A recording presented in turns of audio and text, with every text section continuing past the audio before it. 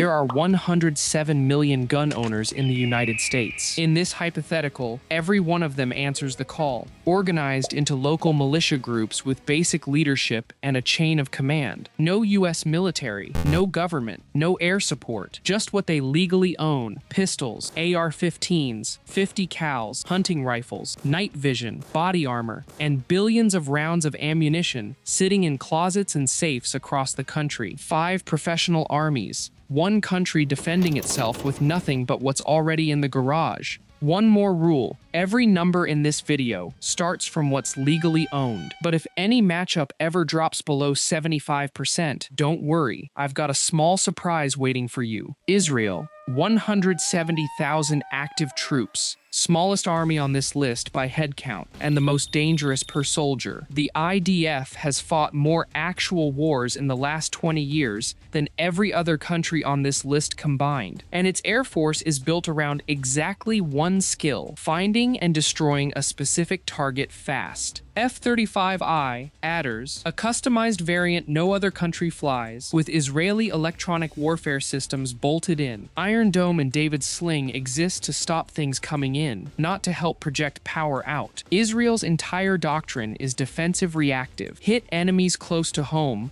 inside a country the size of New Jersey. None of it was built to cross an ocean. Israel has no aircraft carriers, and a navy built for coastal patrol, not power projection. Getting the F-35s within range of the US means finding a friendly airbase first. And Israel doesn't have troops to spare holding one down. Every soldier is already accounted for at home, watching 4 active borders. If a strike package did arrive, it would look like a handful of precise raids, small and short-lived. Gun owners can't stop an F-35I from hitting a target once. They can make sure it never gets a second one by making every runway and staging point within 1,000 miles unusable. Chance of U.S. gun owners winning? 88%. Poland, 216,000 active troops. Poland has spent the last 4 years turning itself into the tip of NATO's spear, and it shows. Over 1,000 South Korean K2 Black Panther and American Abrams tanks, more modern tanks than Germany, France, and the UK combined. F-35s inbound, HIMARS already delivered, artillery output that dwarfs most of Europe. The problem is the same one that sinks every European army on this list. Poland doesn't have a navy built to cross an ocean, let alone move 1,000 tanks across one. Their entire military posture is built around one scenario: stopping Russia at the Polish border. And every ship, plane,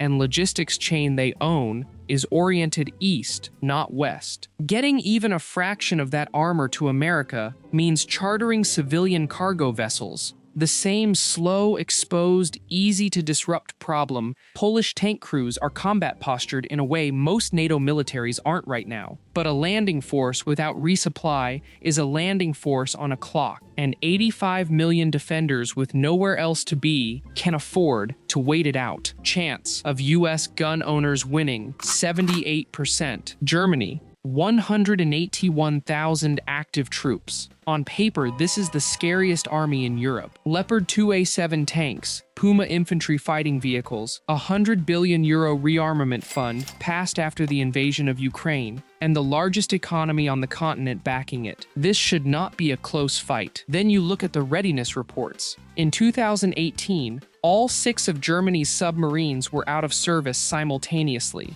Air Force audits have repeatedly found fewer than half of Germany's fighter jets flightworthy on any given day. Parliamentary oversight reports have described entire tank battalions training with broom handles standing in for machine guns because the real ones were being repaired. Whatever fraction of that force actually deploys arrives in worse shape than the paper numbers suggest. Yet, even a severely strained conventional military brings heavy armor, organized command, and professional combined arms doctrine that pack a massive punch. That baseline military power forces millions of armed U.S. civilians into a brutally tough fight. However, deep domestic logistics, home field advantage, and overwhelming local numbers bump up the chances of U.S. gun owners winning to 74%, which is still below 75%. So as promised, here's the surprise: illegal weapons, full auto conversion switches, homemade IEDs, and a small number of black market RPGs, all three factored in from here on, and this matchup is exactly where they matter most. Switches mean more rounds down range,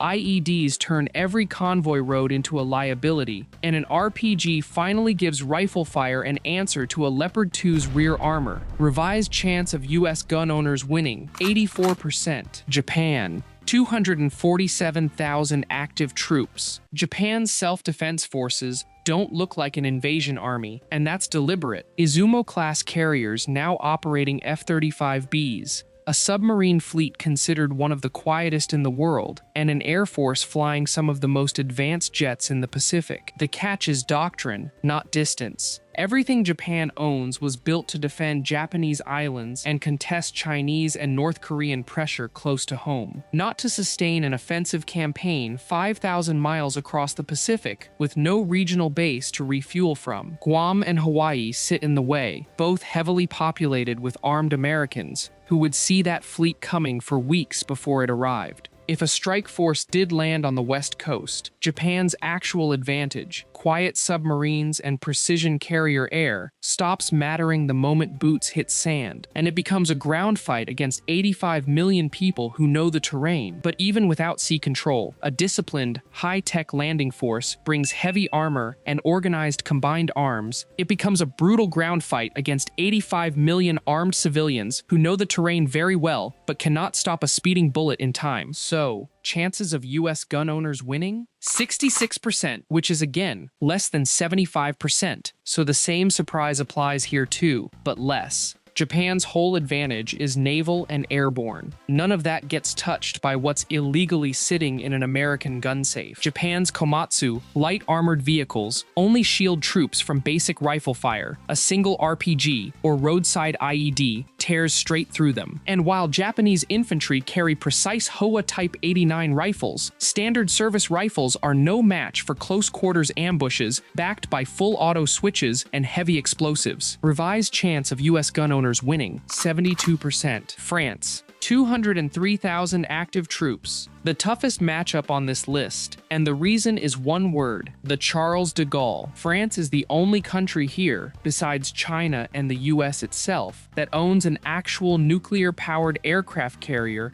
built for sustained power projection, not coastal defense. Rafale strike fighters, nuclear submarines that can stay submerged for months. France has done this before. Real expeditionary operations in Mali, Libya, and the Sahel prove that they are not going to go down easy. French carrier groups know how to sustain strikes far from home. That's the difference from everyone else on this list. French carrier groups treat crossing an ocean as routine business, not a stretch goal. What stops it from being a blowout is scale. One carrier group can hold air superiority over a narrow patch of coastline. It cannot hold down a continent, so France would hold whatever miles their Rafales are covering, but nothing past it. Chance of US gun owners winning, 56%. Same surprise, smaller effect. France's whole game is holding a strip of coastline from the air. The fight that actually decides this matchup never gets close enough for a converted pistol, a buried charge, or a shoulder-fired warhead to matter. What it buys gun owners is a nastier time clearing whatever ground force France does land, not an answer to a Rafale. Still the closest fight on the list.